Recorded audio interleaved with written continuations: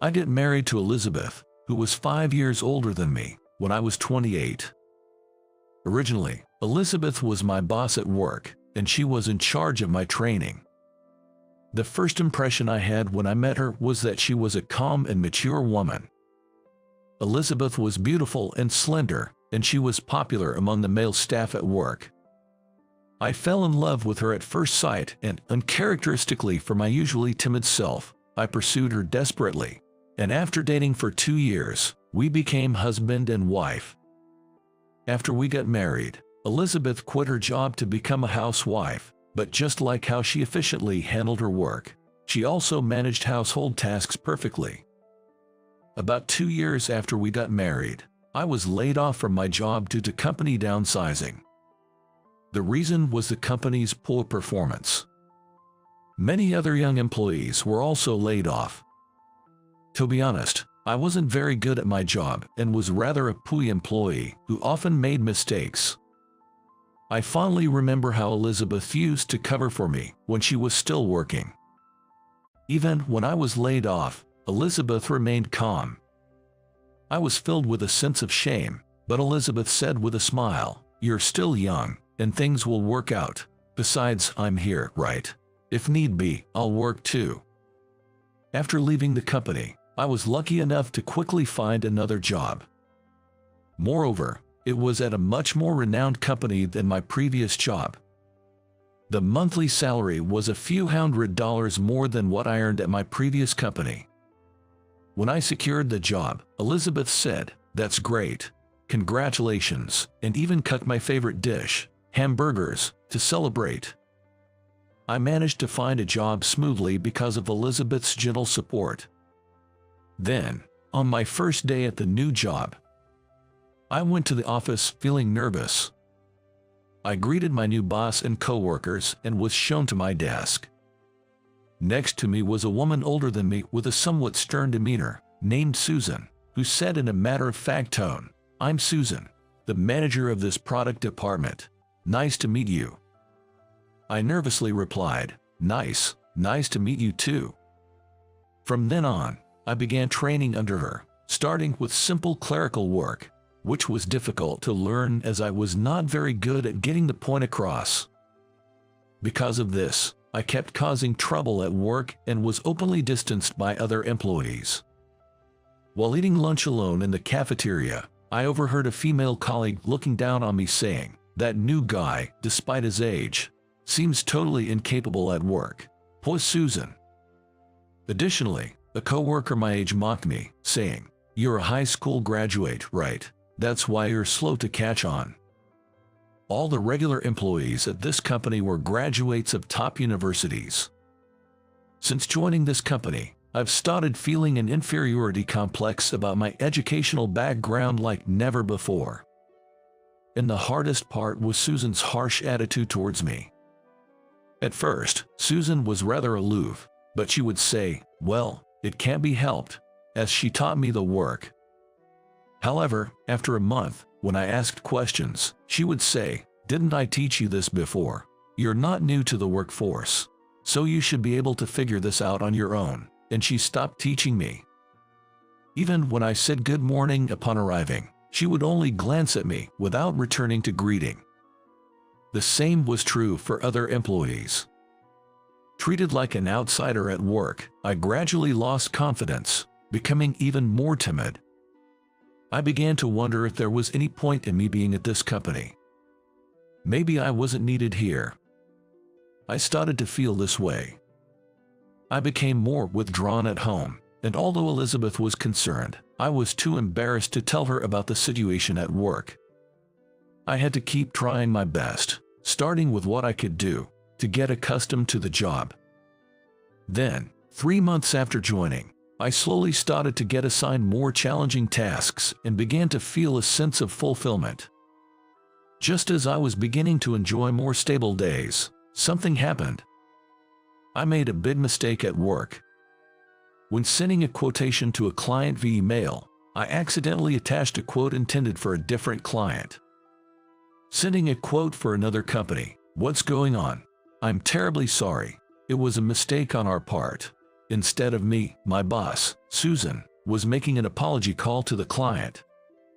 Afterward, I apologized to Susan, saying, "I'm really sorry for the trouble I caused," but she just glared at me without responding, clearly very upset.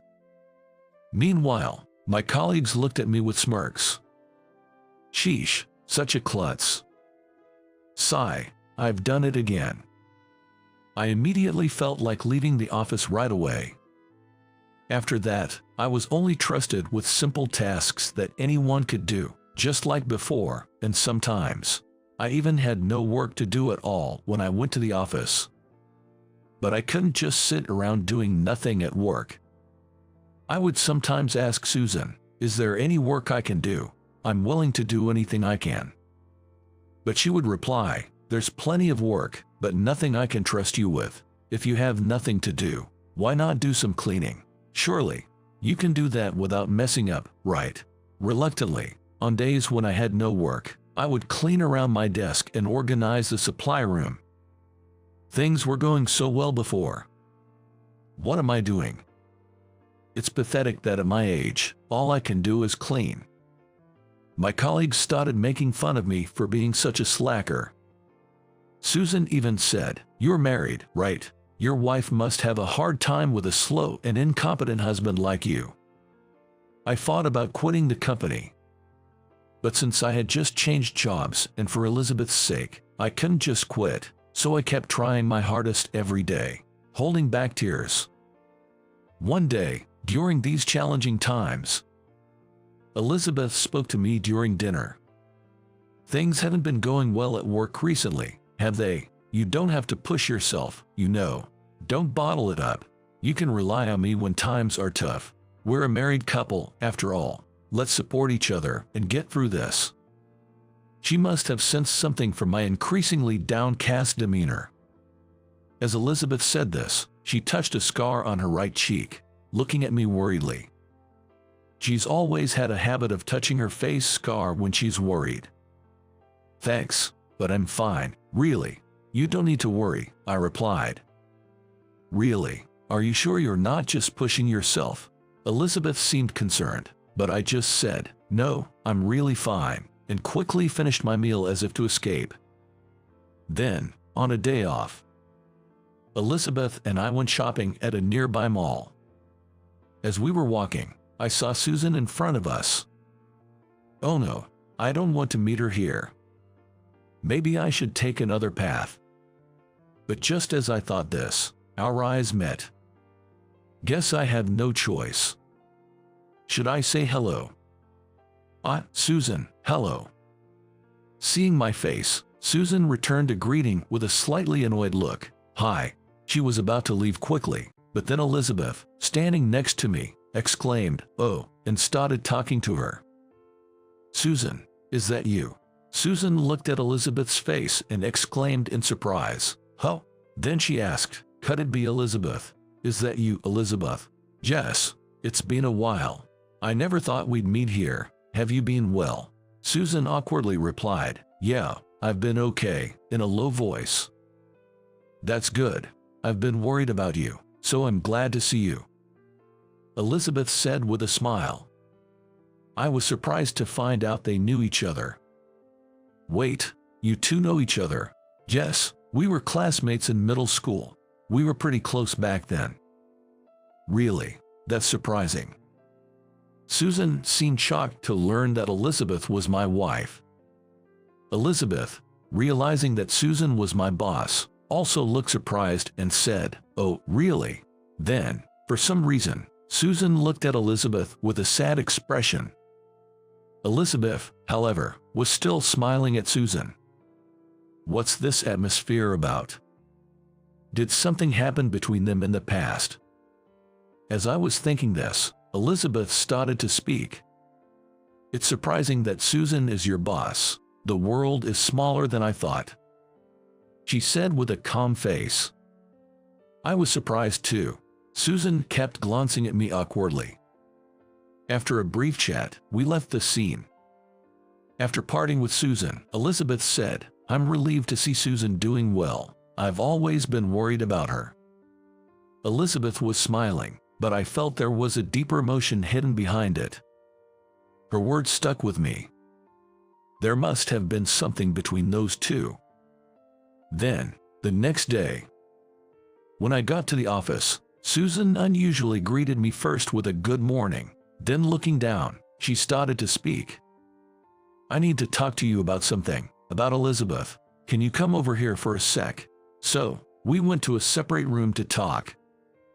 "You're Elizabeth's husband. Oh, I was surprised yesterday," she said with the same sad expression as before. Yes, I was also surprised to find out that Susan was Elizabeth's classmate. Then Susan, after being silent for a while, told me an astonishing story. Actually, it was a story from when Susan was in middle school. She had been bullied by her classmates. It was quite severe. She had her uniform cut and was even physically harmed. According to Susan, the bullying started when her classmates found out that she was from a single-parent family and her mother worked in a well-paying but frowned-upon job. Back then, Susan was at her limit with the harsh daily life. The person who came to her rescue was Elizabeth, who had transferred to her school. While other students ignored the situation or joined in the bullying, Elizabeth was the only one who treated Susan normally. She even confronted the main bullies and asked them to stop. But as a result, Elizabeth became the next target. One day, Elizabeth got badly bullied, ended up fighting, fell, and got a scar on her face. It was a terrible story. I had been curious about the scar on her face, but somehow felt it wasn't my place to ask. Even after becoming a target herself, Elizabeth never blamed Susan and continued to treat her with a smile every day. Susan was my only friend back then. We lost touch after graduating middle school when I had to move because of my dad's job. High school, studying, extracurriculars, everything got busy, and we just drifted apart. Back then, they didn't have cell phones, so gradually they lost contact. But Susan always felt guilty towards Elizabeth, and that hasn't changed even now. After telling me everything, Susan said, "I really feel sorry for what I did to Elizabeth, but she's a strong girl and never blamed me. I'm so grateful to her for saving me and even becoming my friend." As Susan spoke with tears in her eyes, I conveyed to her, "I'm sure Elizabeth doesn't regret helping you, so, Susan, you shouldn't blame yourself. Besides, the real culprits were the bullies who harassed both of you, not you." Then, Susan, with red eyes, whispered, "Thank you, but just like those middle school bullies did to me, I ended up doing the same to you. It's not something I can just apologize for and be forgiven, but I'm truly sorry," she said, bowing her head. "Don't lift your head. It's my fault for not being good at my job. I understand what everyone's talking about me, but I know I can't stay this way, so I'll work hard to earn their recognition," I said with a laugh. Then she told me, "You're doing fine. You're learning more about your job and you should be confident." Susan's words deeply touched my heart. When I got home and told Elizabeth about this, she narrowed her eyes and smiled, saying, "I see. I don't regret helping Susan at all. Actually, I'm glad I could help. I've always been worried about what happened to her, so I'm really happy to see her doing well. I was glad to meet Susan again," she said in a gentle voice. Hearing her words, a wave of emotion suddenly welled up inside me. How strong is my wife? I'm truly proud to have such a wife. I will continue to cherish Elizabeth going forward. Suddenly, I felt this very strongly. From then on, I started to take my work more seriously than ever. Up until now, I lacked confidence and was always nervous, leading to mistakes and being underestimated by colleagues and clients. So, I decided to be more confident and assertive. Of course, there were still many employees who looked down on me. But Susan seemed to have had a change of heart. She was still strict about work, but started to explain things I didn't understand more kindly, and entrusted me with more tasks. I made fewer mistakes and managed to handle projects with clients better, feeling like I was improving. Susan even praised me to others, saying I was doing well, and gradually the other employees stopped ridiculing me. Susan said, "I've decided to change my words and actions. I want to be a person who creates a chain of happiness," showing a smile I had never seen before. Maybe this was also thanks to Elizabeth. That thought crossed my mind. Looking back, I've always been helped by Elizabeth in one way or another. I can't thank my wife enough. Now, I want to support Elizabeth and build a warm home, returning the favor for all the support she has given me.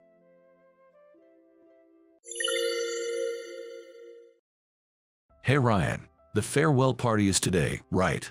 Yeah, no doubt, but department head Ryan said with a dramatic pause. Everyone's going to skip it. The restaurant you booked might even go out of business. Haha. It was, in a way, my last chance.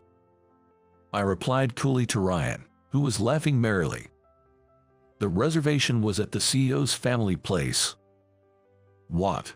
My name is Hank, 42 years old. After graduating from an engineering college, I've been working for about 20 years. Originally a renowned company, our firm has grown into a large corporation known worldwide. It started as a small factory making screws, but now it includes apparel and financial markets, forming a major corporation with many subsidiaries. As an employee of one such subsidiary, I was recently assigned to a newly established daughter company. Although related, this company dealt in very different products. Our main company specializes in IT and information systems. So, it's common to be sent to less experienced companies to share expertise. People in this field often tend to be quirky or not great with social interactions. They prefer to immerse themselves in their work, which I totally get. I'd rather do the same. However, being sociable and outgoing, I often get sent on these assignments, leading to many acquaintances in various companies. Consequently, I've gained experience in conducting training sessions, to the point where people say, if it's an assignment, leave it to Hank. Not that I joined a company for this. Still, with no one else eager to take these roles, and the company paying extra for these assignments, I've accepted this as my current situation. So, naturally, I was chosen for this latest assignment. The daughter company I was assigned to had been launched amidst great expectations. New encounters at the assignment locations are surprisingly enjoyable, and I headed to the company with high expectations. The company was housed in a beautiful, recently completed building. After all, it's a magnificent building that was just completed a few years ago. At the reception, I submitted the necessary documents and was directed to the department I would be joining. That department is the Information Systems Division. It's responsible for internal security and networking within the company. My purpose for being assigned here is to teach the essential skills needed for this newly established division, to help set up the systems, and to facilitate connections with various branches. Nice to meet you, I'm Hank. Assigned here for a while, looking forward to working with you. To my greeting, the employees, without a clap, stared back with somewhat disinterested eyes. It's fairly common for assigned employees to be unwelcome, so I don't take it to heart. No point in worrying too much about it. I kept a smile on my face, unfazed by the atmosphere. A smile is the best tactic in social situations. Nice to meet you too. I'm the department head, Ryan. The man who introduced himself as Ryan spoke with an arrogant tone. I had heard that this company was staffed entirely with elites from prestigious universities, so they all had high egos. He must be one of them.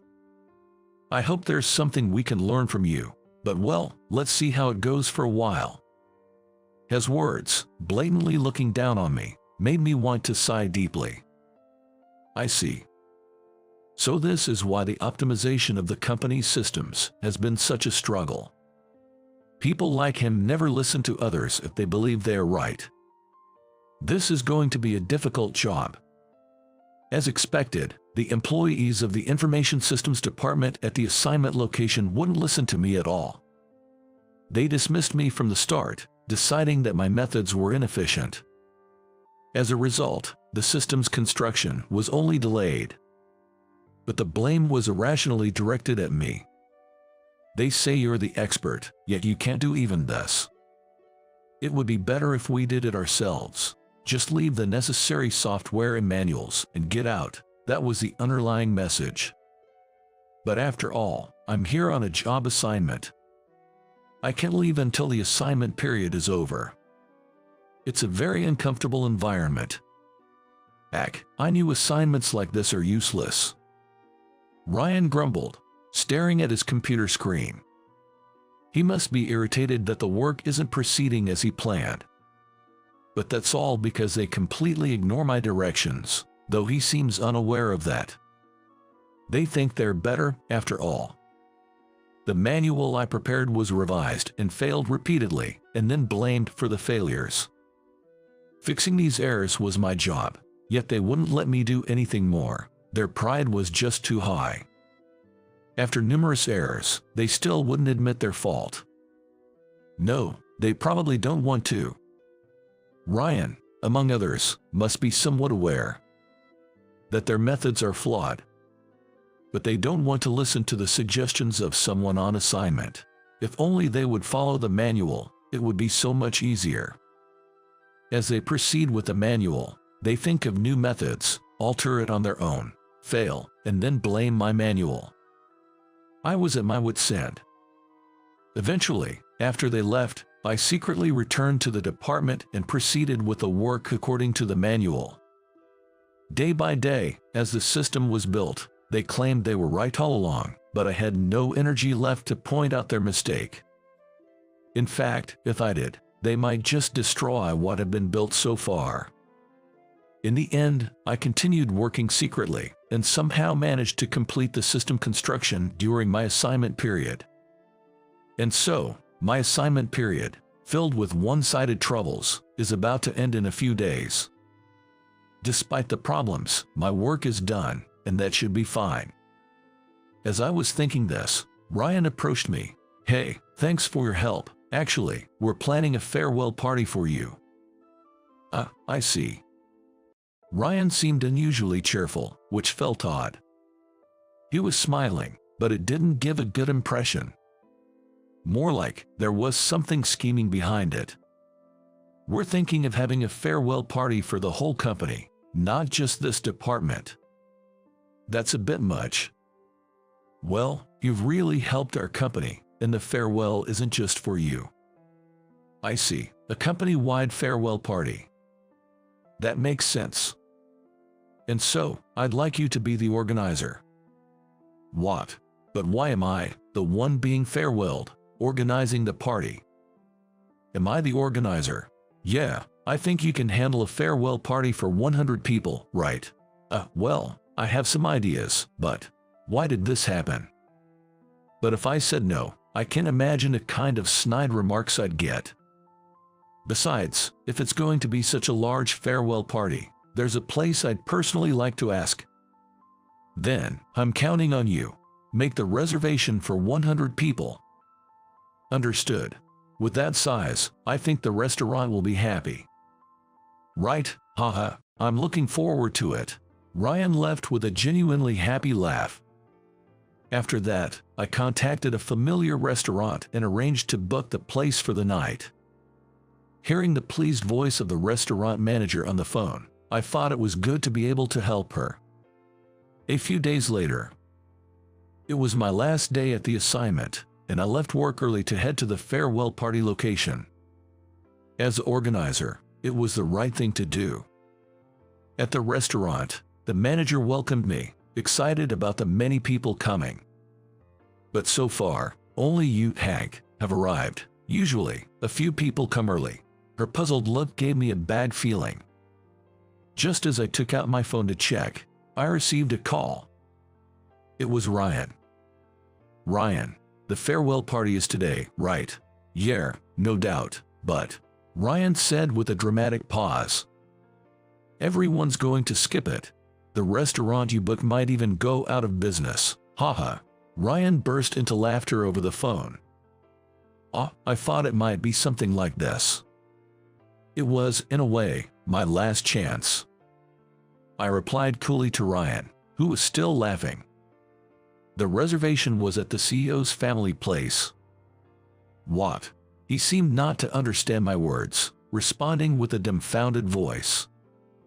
So the restaurant I booked, it's actually the family business of your company's CEO, Mr. Johnson. What? I didn't know that. Ryan's panicked words cut off as I ended the call. Oh dear, did your bad feeling come true? The manager asked with a concerned look.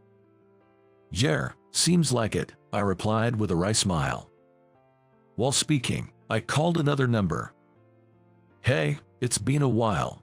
Looks like I got played, so proceed as planned, please. Laughter, and I thought so, came from the other end of the phone. Hours later, the restaurant was overflowing with guests enough to justify a private event. Wow, the food here is really great. The variety of drinks is amazing too, isn't it? Well-dressed men commented. I'm glad you like it. Please enjoy yourselves. They all responded with joy to my voice. By the way, this place is your family business, isn't it? Yes, indeed. Oh, and I recommend this dish too. Then, can you tell me about this drink? Among the gathered people, as expected, was the CEO of the subsidiary, Mr. Johnson, the restaurant manager's son. In fact, this event turned out to be not so much a farewell party, but rather a celebration of the successful launch of Mr. Johnson's company's information systems division. It was Mr. Johnson who I called, resulting in an impressive guest list including presidents and executives from various branches, and even top executives from the parent company. Opportunities to meet with such influential figures don't come around often. I decided to seize the moment and make my presence known. After all, having a wide network of friendly relationships is always beneficial. Wow, this is an impressive crowd. Well done, Mr. Johnson. You've really helped me out. That should be my line. It seems my department head has caused you trouble. Mr. Johnson sighed deeply. Controlling the employees is challenging. They're proud of their high education, but their performance doesn't match up. Yeah, the atmosphere of looking down on self-made employees was pretty obvious. I'm really sorry about that. I patted Mr. Johnson's shoulder, signaling not to worry. Mr. Johnson and I have known each other since we joined the company. He's my senior and helped me a lot back then.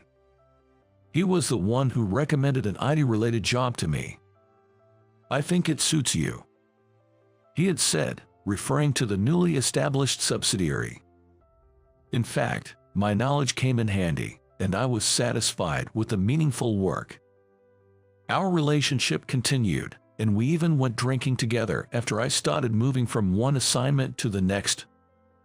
Being assigned to Mr. Johnson's subsidiary must be some kind of fate. I was looking forward to it, so it's a shame how things turned out. What happens to Ryan next is none of my concern. Today marks the end of my assignment, and I'm returning to my own company. What the heck is going on here? Just then, the door opened with a clank, and Ryan burst in. Spotting me, he stormed over, visibly angry. What did you do? Keep it down, please. We're in front of important people. What are you talking about? Huh? Ryan finally noticed the crowd gathered in the restaurant. His loud, angry voice suddenly became meek. Wait, aren't those presidents from other companies and executives from the head office? Yes, they are. It's an impressive crowd, so please don't make a scene. No, that's not the point. I thought no one would come and you were going to ruin the restaurant. As Ryan whispered frantically, someone patted his shoulder. Turning around slowly, he saw Mr. Johnson standing there with a smile. Hey there, Ryan. Welcome to my family's place. It seems you've caused quite a stir. What's going on? Well, it's all Hank's fault." Hearing Ryan's words, Mr. Johnson turned to me. He says so, but Hank, I actually think you've been a great help. I'm honored. I responded with a smile to Mr. Johnson's words. What in the world? What's happening? It's a celebration of our new division's launch. But I wasn't invited to anything like that. Mr. Johnson laughed heartily at Ryan's words. You say some funny things, Ryan. What do you mean? It was Hank who arranged this celebration. He's on good terms with my mother, the manager of this restaurant. He's efficient and has been a great help. Ryan was just frozen at Mr. Johnson's words. I had heard that you requested the celebration, but since it seemed no one was going to show up, I took it over as a launch party for the new division. That's good. If I hadn't heard in advance, my family's restaurant would have taken a big hit. But you really think it's good? Ryan finally realized the lack of humor in those eyes. Well, I've heard a lot of reports. Since we're here, why don't you share your side of the story over a drink? Mr. Johnson said, putting his hand on Ryan's shoulder. Hey, that's just what Hank has been saying on his own. Is that so? Then, I'll join in to check the facts. Ryan looked back at me in surprise. Of course, I had no intention of helping him. I planned to take this opportunity to vent about everything he had done. There's a lot I'd like to talk about, I said with a full smile, causing Ryan to grit his teeth. Mr. Johnson, don't believe a word he says. It's all nonsense. Well, let's hear it first and then judge. Saying this, we sat down in a small room, surrounding Ryan. By the way, Hank here is my junior from when we first joined. I was the one who recommended him to our IT subsidiary. I know his capabilities well.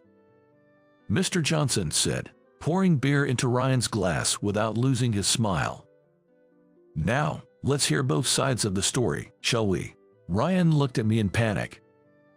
Of course, I just smiled back at him, gazing steadily. Of course, I'll tell you everything, without hiding anything, about what I've seen and done. What you? No, originally, it was our effort that, as Ryan spoke, he began to calm down. Yes, they think they achieved it all on their own. We just took the manual from Hank, but after that, it was all our effort. But you're aware of the constant errors, as reported, right? That's because. Ryan started to make excuses in a panic. The errors kept happening because your manual was. If you followed the manual correctly, it would have been fine. The errors happened because you tried to shortcut and force your way through. Shut up. In the end, it worked out, didn't it? As Ryan raised his voice, I decided to deliver the final blow. It seems you think so, but those errors were corrected by me after everyone left. What? Ryan was clearly taken aback. He couldn't believe it because he thought they had achieved it all on their own. What are you saying? That was because our method was right. That's not the case, but no one would listen to me, so I had to stay late and secretly fix everything. Lies. As Ryan protested, Mr. Johnson joined in, calmly sipping his drink. Do you really think so? The errors that were there until yesterday were suddenly fixed the next day, and you think it was your achievement? Well, you must have found something strange yourself, didn't you? With those words, Ryan bowed his head. He must have realized it. It was expected. I had told them to contact me if anything happened after I left, expecting they would eventually come to me for help. That was all Ryan seemed to think. Ryan, I believe you're a talented employee. Being able to join our company is proof of that.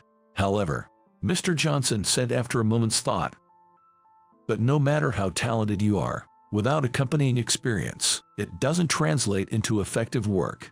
And when it comes to the system company, Hank is a professional. At Mr. Johnson's words, Ryan's face grew increasingly pale. I was hoping you all could learn something from Hank's experience. That was my expectation. Ryan began to tremble as Mr. Johnson delivered his final statement. "Honestly, I'm disappointed in you. I need to rethink everything about your department." With those words, Ryan completely stopped talking. Now, back at my subsidiary, I was spending my time leisurely at my desk, which I hadn't seen in a while. The banquet hosted by Mr. Johnson was a great success, and I managed to make good connections with the CEO of the parent company and other subsidiary presidents. Of course, I made sure they remembered my face. Before that, I had also met with presidents and directors of the subsidiary I was assigned to, greeted them again, drank with them, and shared various stories. For me, it was a very rewarding gathering. As for Ryan, despite it being a celebration for the Information Systems Department, questions arose about why only the department head showed up. He could hardly answer and disappeared before anyone noticed. Later, I heard from Mr. Johnson that the position of department head had been given to someone else. Ryan was demoted to a regular employee in the Information Systems Department and had to start learning everything from scratch. Well, he didn't seem to have much IT knowledge, and while I felt a bit sorry for him, he's still young. A knockdown or two can be a good experience. Months later, I was assigned to another assignment. The CEO himself, Mr. Thompson, who took a liking to me at the party, called me for it. This time, it's an assignment to the head office. I've heard that there's new equipment there that even I'm not familiar with, so I'm excited to go and see it. Well, the last time was a bit of a mess, but this time it's the head office. There's a lot to look forward to. And so, I start preparing for another assignment again. Who do you think you're talking to? Although he's asking who I'm addressing, it seems like Ken, not realizing what position I hold in the company. His angry face glaring at me, Ken's shouting voice was loud enough to echo outside the office. When I reported to President, Mr. Bailey, that I was fired based on Ken's instructions, he looked at me in surprise. I had thought that a dismissal would never happen without going for Mr. Bailey. However, what Mr. Bailey was worried about wasn't me, it was the patent rights I held. What will happen to the patent rights? Disappointed by the words that came out of a worried-looking Mr. Bailey, I let out a heavy sigh. Having been with the company for a long time, I can't stay at a company that sees its employees as nothing more than tools. Starting tomorrow, I'll be joining a rival company, so I guess your business is going down. At my words, Mr. Bailey, looking pale and staring off into the distance, could only respond with a bewildered huh. Past disappointment, I couldn't help but snicker at his reaction. By the time Ken realized what he had done with my departure, it was already too late. Employees are limited and valuable assets, not tools to be used up. A natural consequence awaited the two who failed to understand this. My name is Jack. A fieldwork enthusiast, I've worked as a regular employee disconnected from promotions even at 49 years old. After graduating from college, I joined a company as a fresh graduate, specializing in creating websites for small and medium businesses and internal systems, and before I knew it, I'd been there for 20 years. Though I've turned down promotions several times, I've managed to lead my subordinates as a project leader in the product development department. When the sales department receives new inquiries or orders, they usually come to me first. After that, our team discusses how to build the system in meetings. Those are my favorite times. Despite being a small company, I take pride in working with teammates who have globally viable ideas. When I received a patent for a program fundamental to our system development, the whole team celebrated. Though the patent rights are in my name as the team leader, I still think of it as everyone's achievement. I plan to continue working together with everyone to become a globally competitive company, but things changed a bit due to an internal personal transfer. A few months after obtaining the patent, Ken, President's son, was suddenly transferred to my product development department. Despite being in his 20s, Ken was inexplicably transferred as a department head. I worried that Ken, with his craftsman-like attitude, might not blend well with the other employees. But my concerns were ignored, and Ken spoke to us with a condescending attitude. "I'm going to grow this company. Your regular employees just need to follow my orders." If Ken had achievements or charisma, his arrogant attitude might have been tolerable, but he had none. Without understanding our work, Ken skipped meetings and simply focused on speeding up deliveries for requests we received. There was even a time when Ken unilaterally changed the deadline for a project we were progressing on a comfortable schedule by contacting the client directly. "This project doesn't need a month, right? Get it done in 2 weeks. That way, we can take on more orders." It was easy to imagine that having the planned delivery time would inevitably lead to overtime and consecutive days when we couldn't go home properly. Regardless, Ken's tyranny continued, and the motivation of everyone in the department plummeted. I thought that if things continued on this path, turning into a company with harsh working conditions and poor treatment of employees, people would start leaving as if fleeing. So, as a leader, I decided to directly negotiate with Mr. Bailey. "Mr. Bailey, about your son. Ken is working hard, right? I plan to have him take over the company, so he needs to start building a solid track record now." I tried to discuss Ken's behavior, but Mr. Bailey wouldn't listen to me and instead made me listen to his boasts about his son. Even when I subtly suggested to Ken that it might be better to change the current situation, he just arrogantly insisted on his position as department head, and it was impossible to have a meaningful conversation. Maybe it's true that the apple doesn't fall far from the tree. Ultimately, there were no signs of any directives from Mr. Bailey, his father, and Ken's tyrannical behavior only worsened day by day. Ken had been in sales at other companies, but he was still young and barely had any experience as a working adult. Yet, he was suddenly placed in a department head position at his father's company, perhaps feeling like the king of the hill. Every instruction from Ken felt so unreasonable that it seemed impossible to implement. As Ken's behavior became increasingly arrogant day by day, there were more moments when I felt he regarded us almost like slaves. "You all can work here thanks to me. As long as you do what I say, I'll let you stay in this company." Naturally, following Ken's words, a wave of employees began leaving the company. Consequently, my workload increased dramatically, and I found myself staying at the company or nearby hotels more often. Even in such circumstances, Ken's tyranny did not change. On the contrary, he became frustrated with the decreased work efficiency due to fewer hands and blamed us, saying we were incompetent. In an attempt to protect the other employees, I repeatedly voiced my concerns to Ken, but as expected, it led nowhere. "All the work we've done so far had ample leeway. With this ridiculous schedule now, it's unworkable, and we can keep going like this. Why is a regular employee like you giving me, the department head, advice? If I say do it, you as an employee should just do it." I, too, started thinking about leaving the company, just like the other employees, unable to keep up with Ken's actions anymore. Feeling I had reached my limit with Ken's outrageous behavior, I went to Mr. Bailey again to ask him to stop Ken's tyranny. But, just like before, all I got were stories boasting about his son, and it was impossible to have a serious conversation. Feeling a disconnect with his response, I wondered why he was so insistent on having his son Ken do this job. One day, a major complaint came from a longtime client, and we were all busy dealing with it.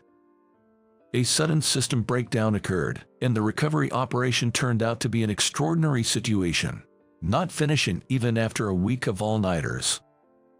Somehow managing to complete the work, I staggered toward the nap room, utterly exhausted. I hadn't intended to eavesdrop, but the nap room was close to the president's office. At that moment, Mr. Smith, president of the company that caused the system breakdown, had come to our office in person. Listening to the calm conversation between the two, I was shocked to learn an unbelievable truth. Turns out, Mr. Bailey had sent his son to my department to build a track record of working as a boss in a department with someone like me who held a patent. Mr. Bailey had been using us as tools for his son's career advancement. Hearing this, I was devastated to realize that I was nothing more than a tool to the company, and that Mr. Bailey saw me as nothing more. Unable to think about resting, I trudged back to my desk, shoulders slumped and feet heavy. Even in that state, Ken continued to use me like a slave with his usual arrogant attitude. Knowing Mr. Bailey's intentions, I realized there was no need to endure Ken's oppressive behavior anymore. Exhausted, I let all my pent-up frustrations with Ken out in a burst of emotion.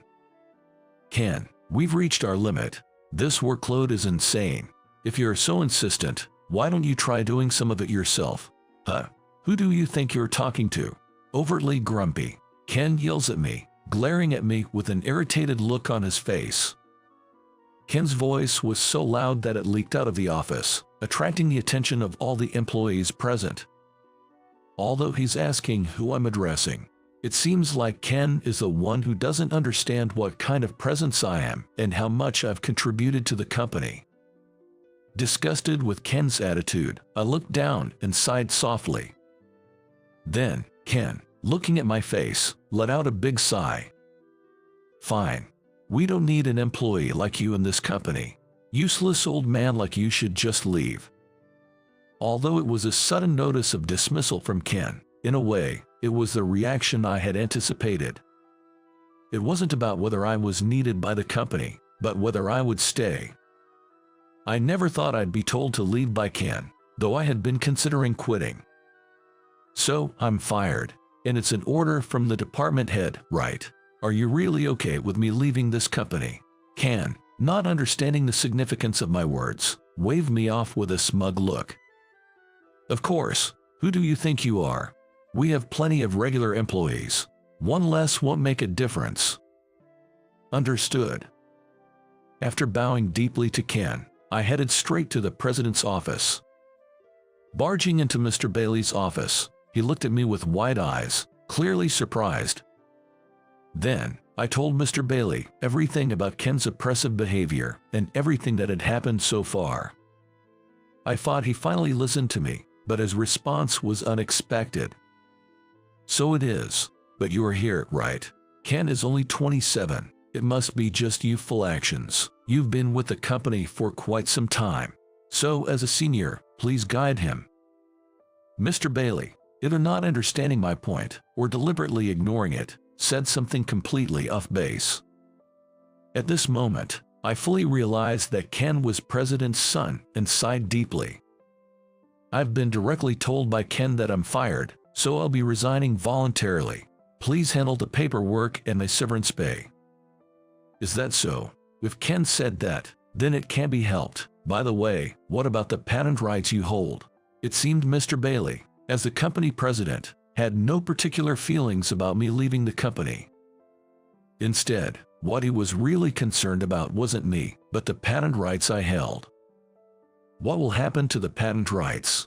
Disappointed by the words that came out of a worried-looking Mr. Bailey, I let out a heavy sigh.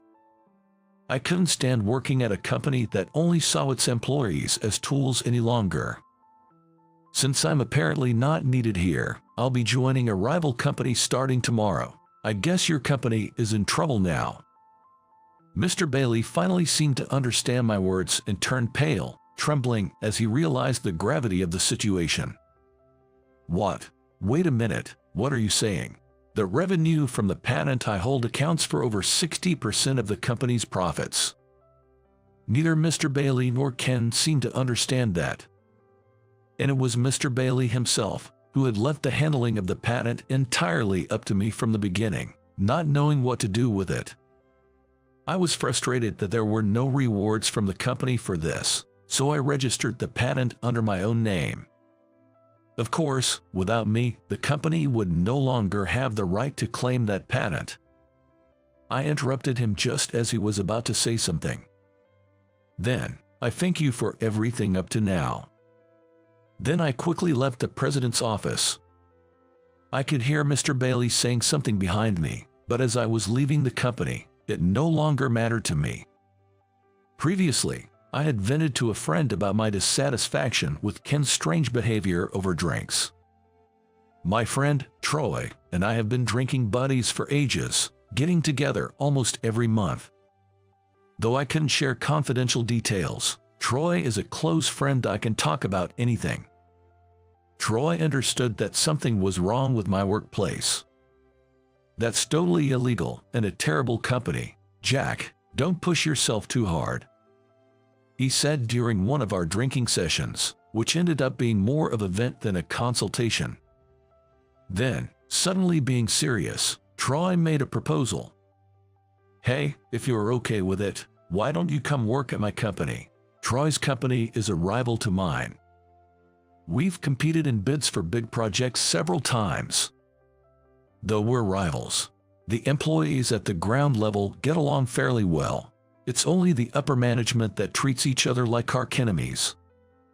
I was honestly happy about Troy's offer. Just knowing there was a company that needed someone like me was comforting. At this time, I was still not thinking about leaving the company I had been with for so long. Of course, Troy knew about the patent I held. He once mentioned that his company had considered headhunting me. He didn't push it then, letting the conversation fade. But now, Troy had promoted to the position of HR director at the rival company. Recently, the executives at the rival company, hearing about the declining performance of Mr. Bailey's company, urged Troy to recruit me again. They seemed interested in bringing me, with my experience and achievements, and my patent into their company. According to Troy, if I joined his company, they were willing to offer double my current salary. It was an attractive offer, but since it was discussed over drinks, I only half believed it at the time. A month after this job offer, Troy called me for a serious talk. About our last conversation, the executives also find your skills and patent attractive. If you're willing, would you seriously consider it? Such an opportunity with great benefits might never come again. Still, leaving my current company felt like betraying my colleagues with whom I had worked so closely. I had been pondering over Troy's offer for several days when Ken told me I was fired. On my way to the president's office to discuss my resignation, I immediately called Troy. It turned out I could start the new job as early as the next day. Seeing Mr. Bailey's pale face, I felt slightly guilty, but in the end, if they cared more about the patent than my presence, it was their own doing. After gathering my belongings, I decided to leave for the day. As I passed through the hallway, I coincidentally ran to Ken, who seemed pleased with himself for having driven me out, smirking as he looked at me. Maybe he felt satisfied since the only person who ever talked back to him was leaving. Disgusted with Ken, I didn't bother to respond. With everything that had happened, I had no regrets left and went straight home after thanking my colleagues. On my way back, I ignored several calls from Mr. Bailey. His voicemails contained apologies, but for me, it was already a closed chapter, and I didn't return the calls. About a month after I started working at the rival company, Mr. Bailey called me again. Jack, won't you reconsider? All without you, Ken can't make any significant achievements. Hearing his words, treating me not just as an ordinary employee but as a tool for his son, left me speechless in disbelief. There were offers of better conditions for returning, but they paled in comparison to what I was receiving at my new job. I'll consider returning on one condition. If Ken resigns from the company, I'll think about it. Furious at my response, Mr. Bailey quickly changed his tone, shouting over the phone. Who do you think you are? You're mocking me. I can't let my son resign. As expected, Mr. Bailey's company's profits plummeted without my patent. There were issues like unpaid salaries, and the company struggled to survive. A week after Mr. Bailey's call, surprisingly, Ken reached out to me. Why is the company falling apart just because you're gone? Ken's voice sounded desperate, yet he still spoke condescendingly. That's why I asked you if it was really okay for me to leave. I didn't know about the patent you held. It can't be helped. My father never told me about it. Why didn't you say that? Even if I had told Ken about the patent, his reaction probably wouldn't have been any different. I told him that his own tyrannical behavior was why I left the company. Ken hesitated and then fell silent. That is, he started to say something, but then the call ended abruptly without another word. Working stress-free at the new company was gratifying, but one thing still concerned me. That is my former subordinates. My subordinates, who do their jobs well despite my complaints, are invaluable to me. It is also thanks to them that I was able to obtain a patent. I wanted to help them and asked Troy if he could take care of my former team members. To my surprise, Troy had already planned to hire them. Even more, he planned to acquire the entire company. The scale was larger than I expected, but it turned out there were ongoing discussions about merging the two rival companies. My moving to this company had accelerated those plans. At the signing ceremony for the merger, Mr. Bailey looked displeased but seemed somewhat grateful for avoiding bankruptcy. Days later, during a major staff realignment, I reunited with my former subordinates. Unexpectedly, Ken was also transferred under me. When we met again, he was no longer arrogant but timid and reserved. Curious, I invited him to the break room for a chat. He shared how his past actions had become a burden, and he had kept his distance from other employees. In his previous job in sales, he struggled without much success and was almost sidelined. It was then that Mr. Bailey invited him to join his company. Ken, who had previously been sidelined in his sales job, must have felt lonely and fearful after suddenly being made a department head. He thought adopting a superior and arrogant attitude was the way to prevent being disrespected by others. Initially, Ken even refused the offer of the department head position. However, Mr. Bailey, not listening to him, simply told him to just do it, leaving Ken anxious and confused about what to do daily. In the end, Ken too was a victim of Mr. Bailey's habit of neglecting responsibilities. Now free from those constraints, Ken told me he felt as if he had been reborn. Mr. Bailey, who had treated both me and Ken as mere tools, was deemed incompetent by the executives and is now being used as a low-level employee. Unlike Mr. Bailey, Ken, surprisingly observant and helpful, diligently accomplishes detailed tasks as my subordinate. Everyone was initially a bit confused by the sudden change in Ken's attitude. After a few days, when it became clear that Ken had genuinely changed, he naturally became part of our team. I am now leading a new project team at my new company. Unlike before, the company recognizes and appreciates the work I do, which has positively impacted not only my motivation but also that of my colleagues. 3 years after changing jobs, having successfully developed new technology, I started an internal venture with my team, including Ken. We secured new patents, allowing us to grow not only as a company but also together as a team. Work is busy and challenging, but the sense of achievement and fulfillment makes every day enjoyable. Unlike you with just a high school diploma, the man I'm marrying is a college graduate and an elite. In high school, I became estranged from a beautiful classmate due to certain circumstances.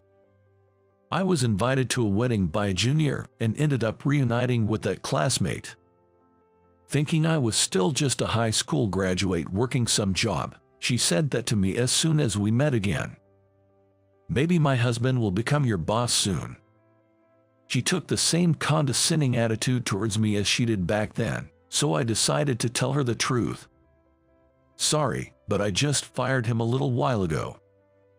At the words I blurted out, her eyes widened, and then an unbelievable event struck us. My name is Ryan. I grew up in a very ordinary middle-class family, neither particularly wealthy nor poor. Raised in a family of 4 with my parents and a younger sister, I had a typical upbringing and, like many, loved superhero shows. I admired the way they helped people in trouble and wanted to be like them. So, I always tried to help friends in need, which I think made me a reliable person in my class. Ashley, who lived next door, and I have been close since we were young, and we played together often since we were classmates. Perhaps because of that, our families became close, often going on trips together. Ashley's family was much wealthier than mine, with her father running a company. Her mother was a stay-at-home mom. But both were very approachable, always saying, "Ryan, feel free to come over anytime." Since my parents both worked, I often hung out at Ashley's house or had dinner with them until my parents came home. I think Ashley's parents were very fond of us too.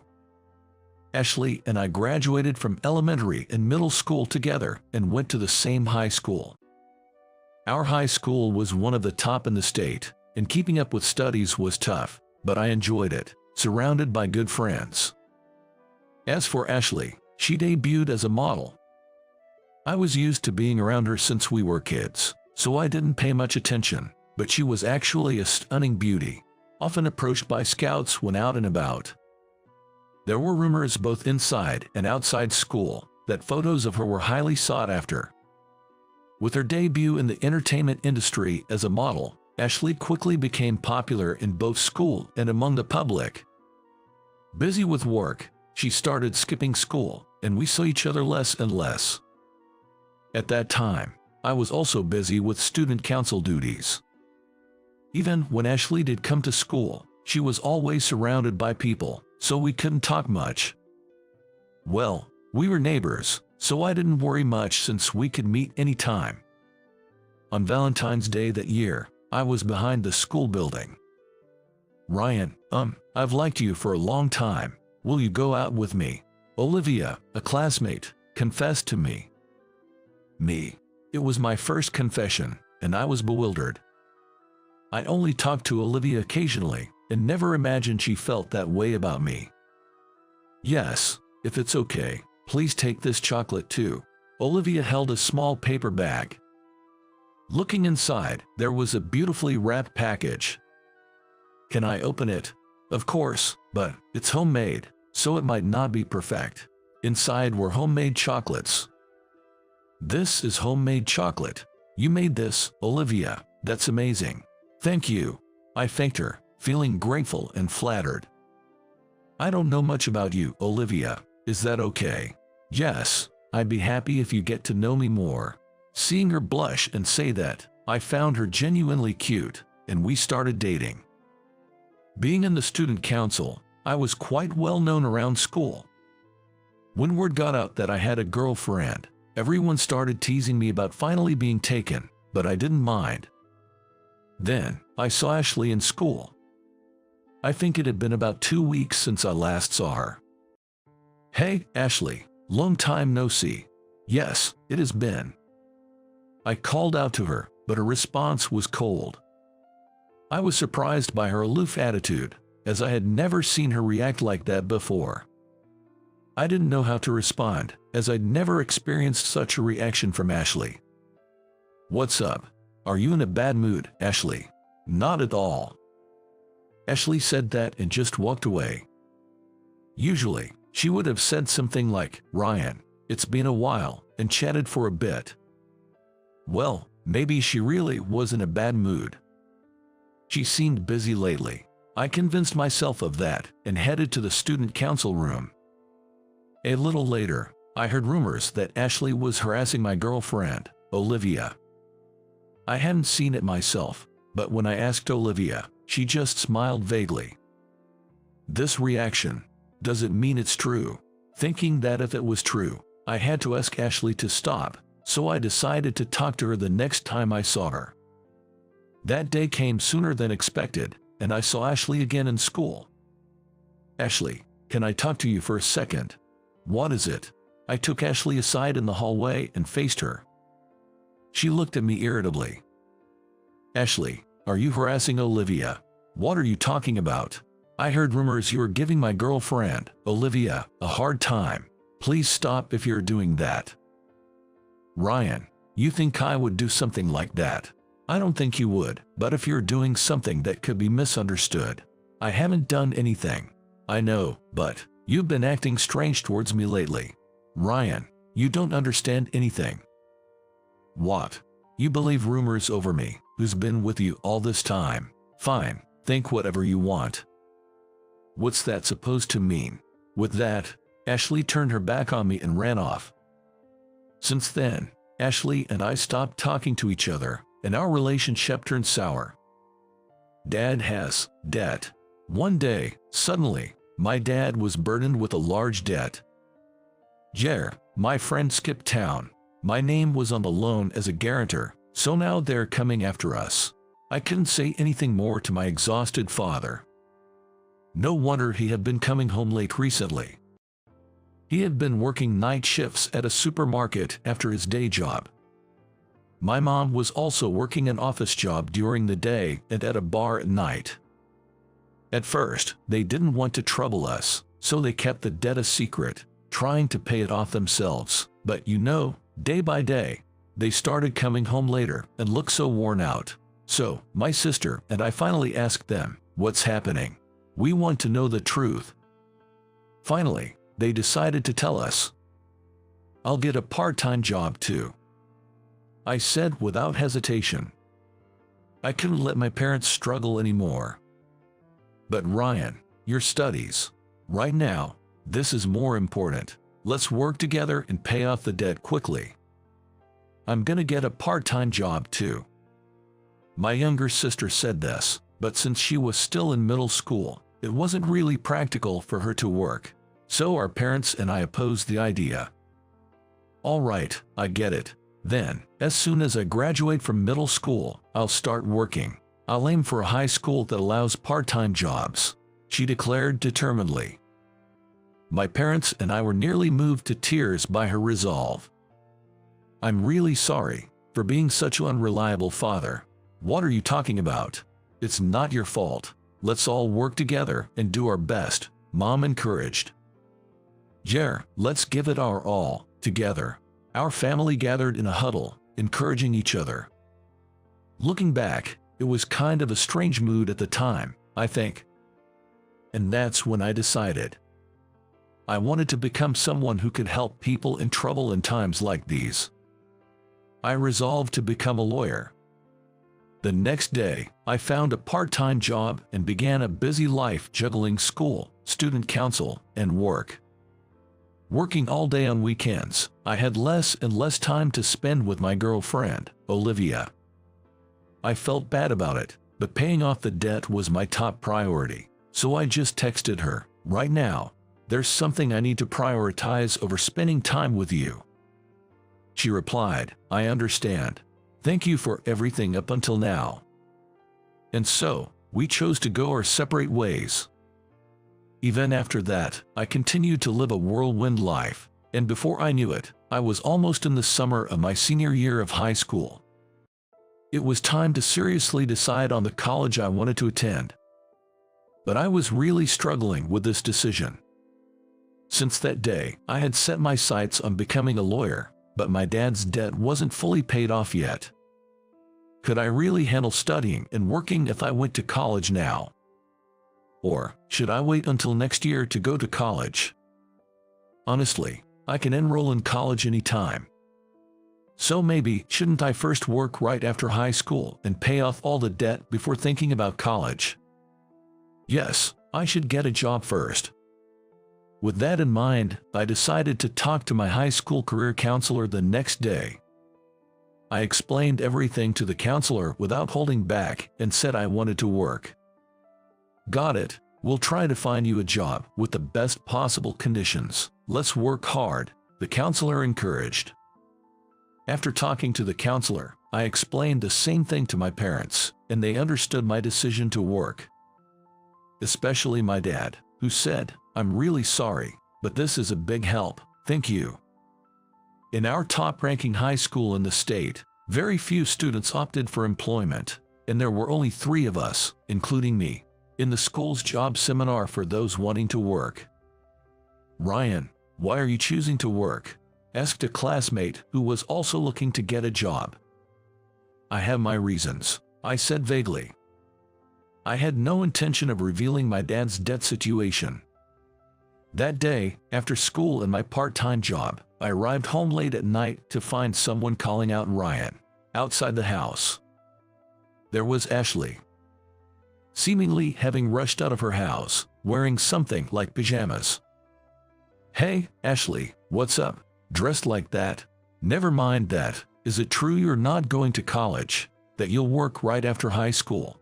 "Yeah, I'm going to work instead of college for now." "Why would you give up on college?" "It's not giving up, just choosing to work for now. But you won't earn as much as a college graduate if you work with just a high school diploma," Ashley interrupted. "With your grades, you could aim for a public university, even get a scholarship. Why make such a hasty decision to work? Are you running away from exams?" Her words just like that irked me. It wasn't a hasty decision. I had agonized over it and made a considered choice.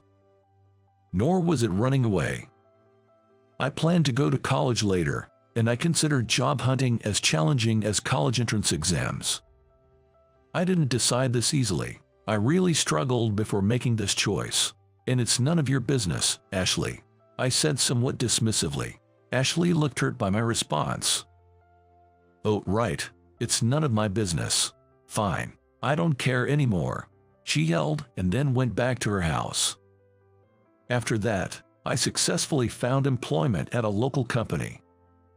Ashley, meanwhile, got accepted into a prestigious university and became known as a beautiful model genius who got into a top university.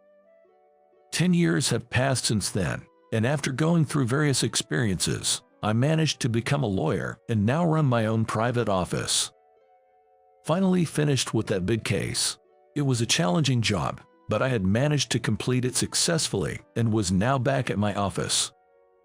"I'm back. Mr. Thompson, you look tired. Glad to see you're still energetic, Ethan." Greeting me with high spirits was Ethan. He's a junior lawyer who followed me when I started my own law firm, saying, "Ryan, please take me with you. I want to work under you." He's a bright and energetic guy who looks up to me, so I'm quite fond of him. "Mr. Thompson, do you have a moment?" As I was tidying up some documents, Ethan approached me, more serious than usual. Usually, when he's like this, he's either broken some office equipment or upset a client. "What is it? Did you break another vase? Or did you upset Bradley again? How many times have I told you not to call elderly clients old man?" "No, it's not that. Sure, Bradley did say to me, 'I find your attitude offensive. Don't ever appear before me again.' But that's not it." "Oh, he did say that."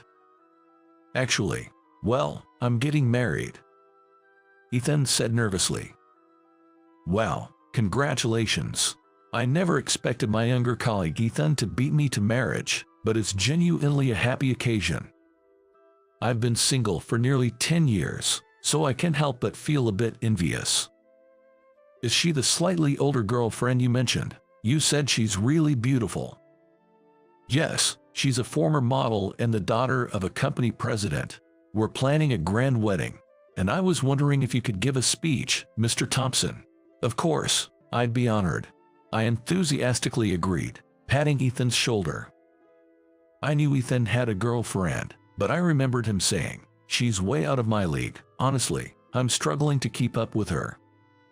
As much as I care for my colleague, I don't like to meddle in his personal life, so I've always just responded with, "That sounds tough." That day, I said to Ethan, "This is to celebrate your wedding," and took him out to a bar. We had a blast, eating and drinking a lot, all on me. Today, about 6 months later from that day, was the day of Ethan's wedding. There's something I've been aware of for a while now. I realized it when I received the wedding invitation from Ethan. His bride-to-be is someone I know. And about what's going to happen today. After arriving at the wedding venue and checking in, I encountered the bride as I walked around. Ryan, it was you, after all. Ashley. Ethan's bride was none other than Ashley, my childhood friend. When Ethan handed me the wedding invitation, I was shocked to see a familiar name under the bride's side. I remembered Ethan mentioning his girlfriend was a slightly older former model and daughter of a business magnate.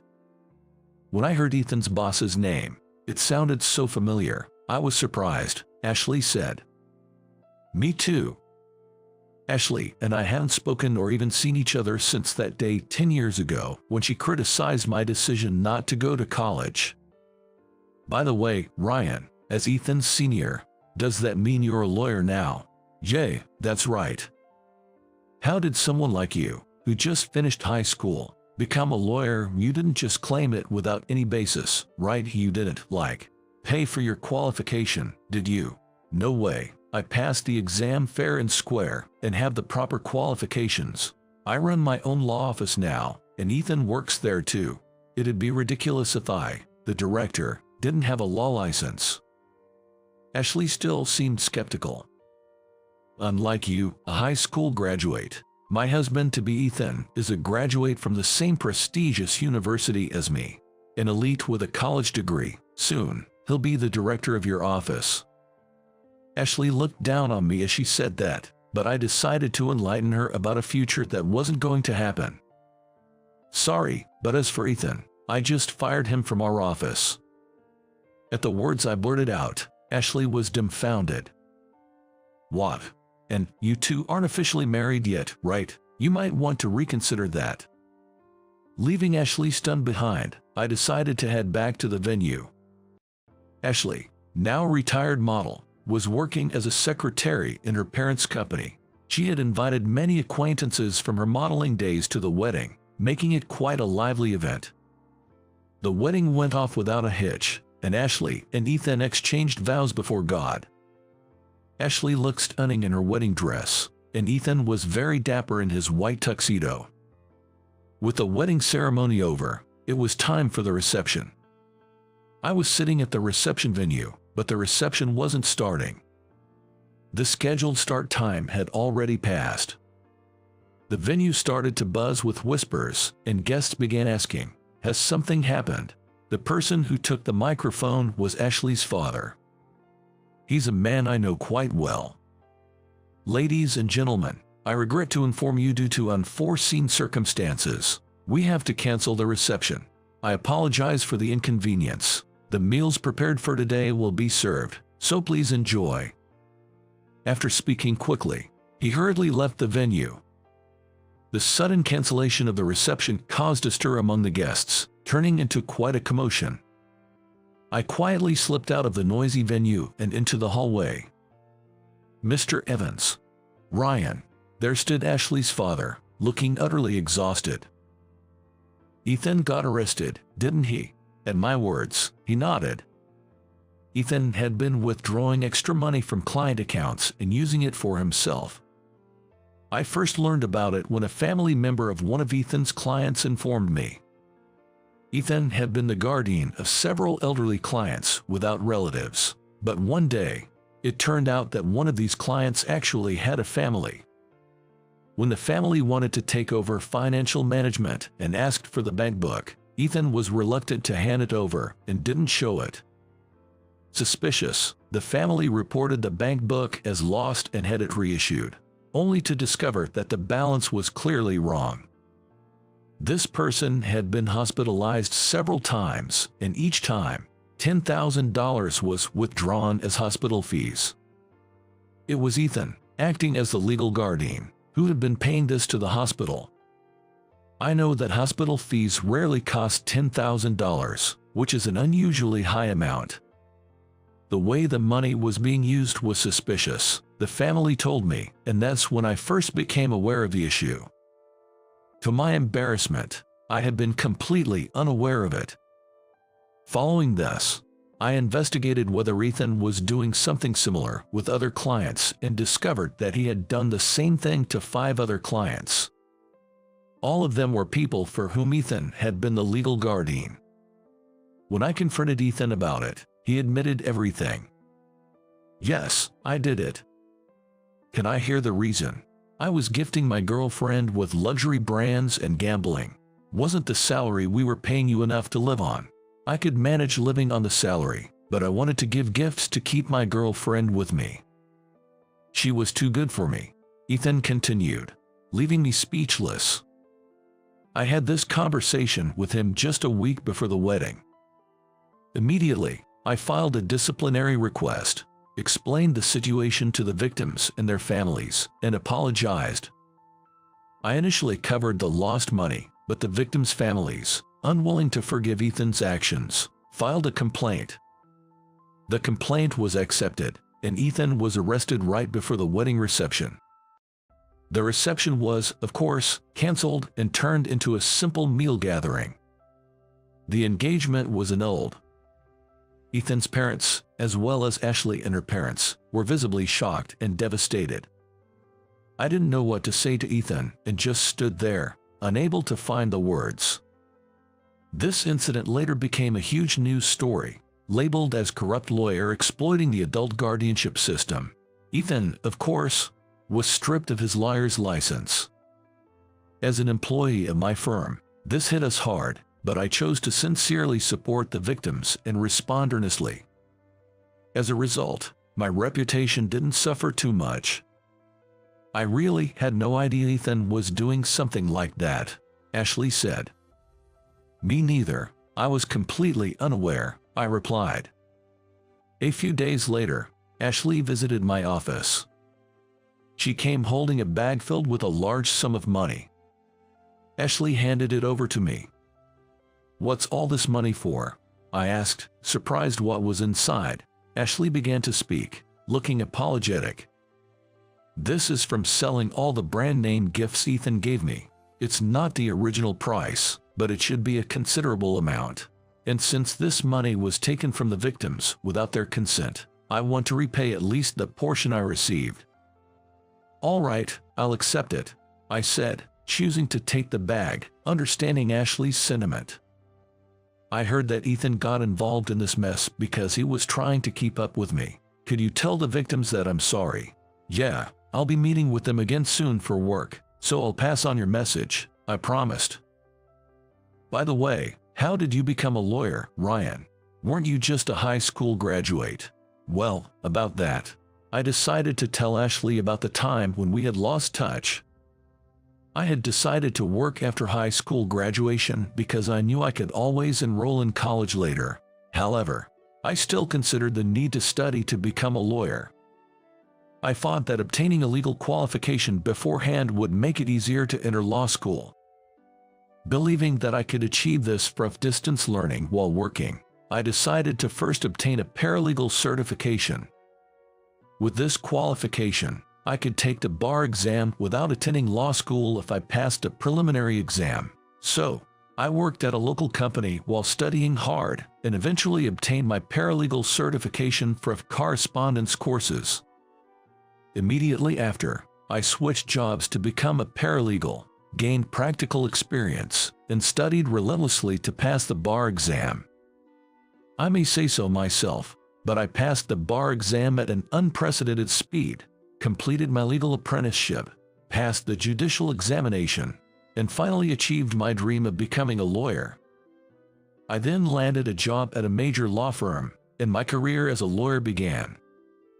By that time, my father's debt had been reduced to a small amount, and as a result of our family's combined efforts, it was fully repaid. We also claimed overpayment. So that's why Ethan used to say, "Ryan is a star in this industry, famous for becoming a lawyer at an incredible speed." Ashley murmured, nodding as if she understood after hearing my story. I had met Ethan at the first law firm where I worked as a lawyer. We were close in age and often worked together.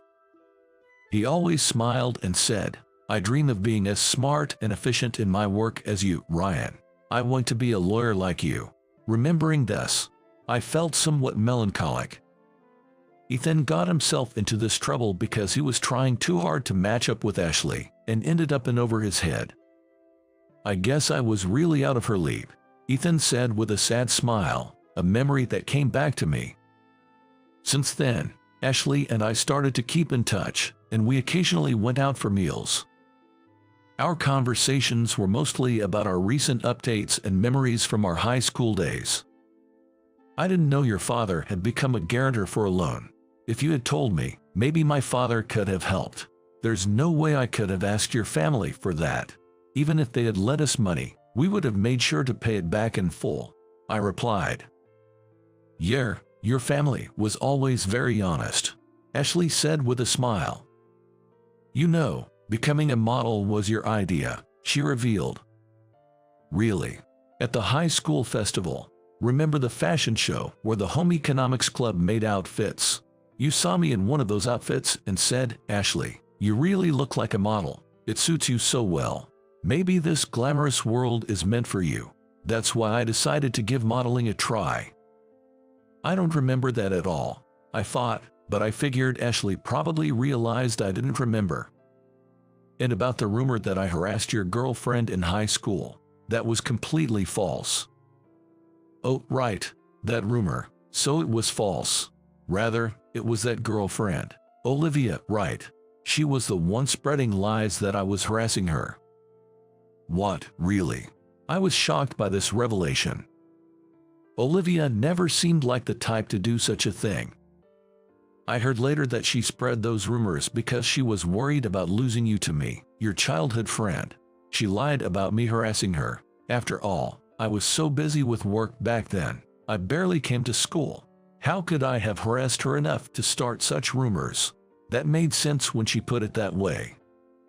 Well, women can be scary. I was most hurt and sad that you didn't believe me back then, Ashley said with a sad smile. I'm sorry about that time. It's okay, it's all in the past, she said, forgiving me. After that, Ashley and I grew closer and managed to return to our old relationship. Eventually, our relationship naturally progressed to dating, and now we live together. Though we both have strong personalities and often argue, our relationship is better than it used to be. And today is Ashley's birthday. I plan to surprise her with a marriage proposal. After having dinner at a restaurant with a beautiful night view, we decided to stay at a hotel. I went to the room where Ashley was waiting, holding a bouquet of 108 roses. The meaning of the 108 roses, of course, is "Will you marry me?" I thought it might be a bit too cheesy, but I went with it. In the room, I had left a dress as a gift for Ashley with a note saying, "I want you to wear this dress." I wondered if she had changed into it as I arrived nervously at the room. When I knocked and entered, there was Ashley, wearing the dress I gifted. "Ryan, thank you for the dress. It's exactly my style," she said. "I'm glad, because I have another present for you." "Really? What is it?" In front of Ashley, intrigued, I held out the bouquet of roses and professed, "Ashley, will you marry me?" Tears streaming down her face, Ashley said, "Yes, I will. Thank you." I couldn't help but think, if I had just trusted her and openly talked about my father's debts and my need to work, maybe I wouldn't have taken such a long detour to get here. But it was that very experience that led me to find and fulfill my dream of becoming a lawyer. Still, I couldn't shake the thought that if I hadn't become a lawyer, maybe Ethan wouldn't have done what he did. He always said he admired me, which made me think this way, but I know dwelling on the past is pointless. The future is uncertain, but now, as a husband to Ashley, I want to trust her words and work together, striving forward side by side,